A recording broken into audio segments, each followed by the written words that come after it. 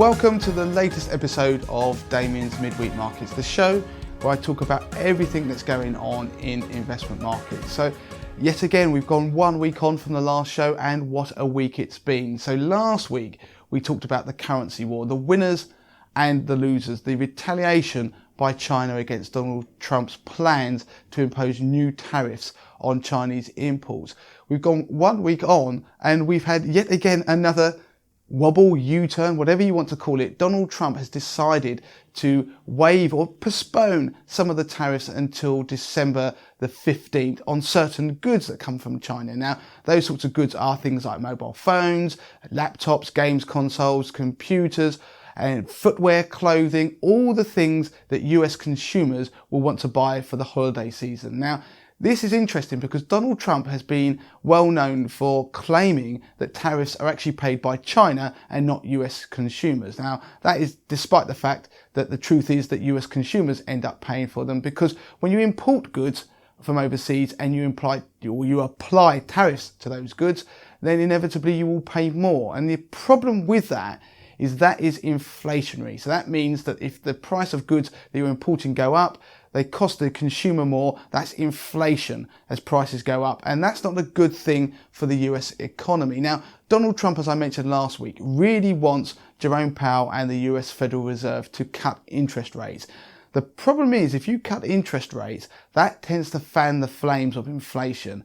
So if Donald Trump is doing that himself with his tactics on the trade war with China, then that means the likelihood that Powell starts to cut interest rates probably reduces. So maybe Trump has finally admitted, if not publicly, but by his own actions, that in fact, US consumers do really pay the tariffs on these goods that they're importing, and that he's having a detrimental impact on the economy. And so some people are suggesting that his actions now postponing some of the tariffs until December is twofold: to help US consumers, so therefore on holiday spending that still occurs and still is a boost to the US economy, but also so he's not backing Jerome Powell into a corner so he can't cut interest rates. So it's an interesting dynamic. So what did that mean for investment markets? We saw investment markets bounce by 1.5% on the day. That's a big leap. We saw the VIX drop still above that key 15 level. That 15 level is a level whereby if we're above that, it's generally slightly negative for the outlook on stock markets. If it's below 15, then it's seen as a positive. But we're still up around 20, and that is a long-term average, so it's nothing untoward. But with the stock market bouncing higher, some people were hoping there'd be a follow-through. After all, there was some positive news that maybe US trade relations with China were starting to improve with Trump's latest actions. But interestingly, since we've had a spike in volatility back in 2018, if you go back and look at that chart, you'll see that volatility has been picking up over time. Since then, we've not seen a back-to-back day where we've had the S&P 500 or the Dow Jones for that matter rise by 1.5% one day and be followed by a similar move the next day. What we're tending to see is markets pull back or not necessarily continue to rally. So what have we seen? As I make this video now, markets already, the futures that is on US markets, are pointing to a lower open. So it doesn't look like we're going to get that follow through. So we're following a similar pattern. Now, for the tech car crash I mentioned last week, of course, anything that's positive for US trade relations with China is going to be positive for Apple. So Apple's share price bounced 4% on the day. So that's always going to be supportive for US stock markets. But if we look at what bond markets did, bond markets weren't as convinced. We did see the yields start to lengthen. We saw them start to rally. So that is a sign that people are starting to sell bonds. But it wasn't a wild move. It was a move that was slightly tentative. Of course, we're still seeing China devalue its currency. It seems to be last week's story. People are still watching the yuan and the US dollar exchange rate. So we're still above that 7 level. So there's still a lot of caution. But one of the things that's really starting to grip markets is recessionary indicators. Now, last week I mentioned about the possibility that we might have a recession. We're in this world where it's very much like Game of Thrones. Winter is coming. That's what the indicators seem to be suggesting. Now, we talk about yield curve inversions, and that is typically talking about the 10-year yield versus the 3-month yield. So when we have treasuries, for example, the US Treasury yield is normally lower if you are lending money to the government at a shorter time frame, so let's say 3 months, than it is if you're lending to the government for 10 years. And that's because there's more risk if you lend to a government for longer. So you'd expect the yield on a 10-year note to be higher than you get on a 3-month note. But of course, we had an inversion of that part of the curve in May.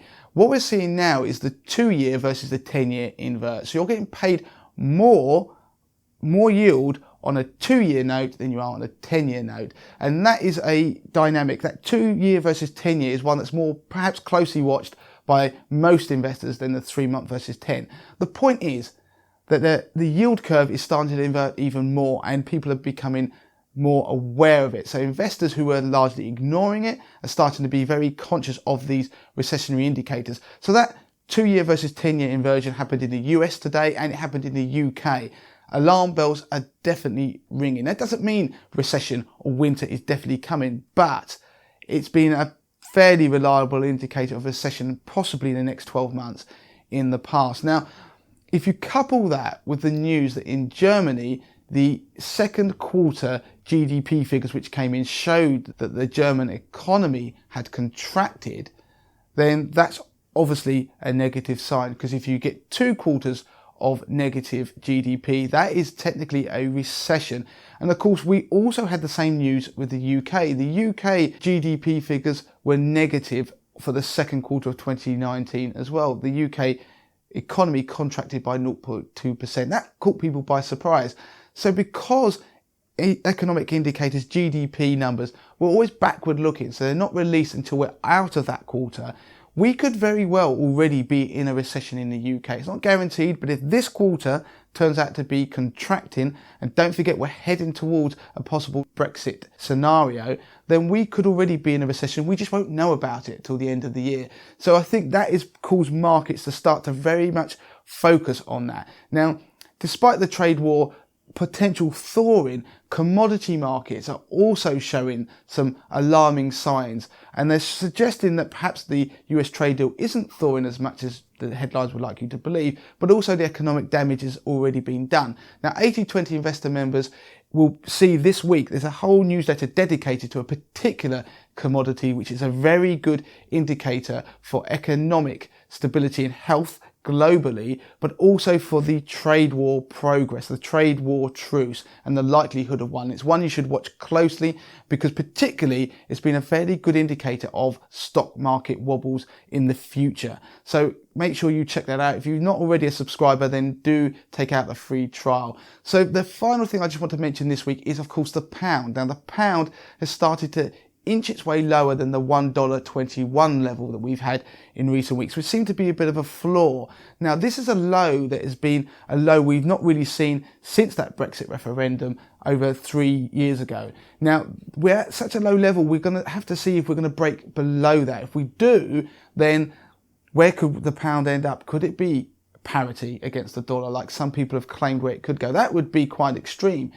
But with the bad news already priced into the pound versus the dollar and against other currencies, this could have a huge impact on investor returns going forward. So keep an eye on that pound versus dollar exchange level. Of course, if everything becomes rosy, we get a deal which seems unlikely with the European Union, then things could rally. And of course, don't forget to check out this weekend's podcast, where I do a whole special on a Brexit playbook when it comes to investing. I talk about the assets of what they might do, ones which might go up and ones which might go down in the event of a no-deal Brexit. So make sure you check that out. That's out on Sunday morning. So that is it for this week.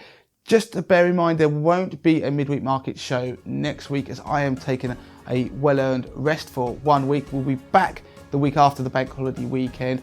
As usual, you can contact me at damien@moneytothemasses.com. That's the email address, and via Twitter, which is money to the masses with the number 2. So until next week.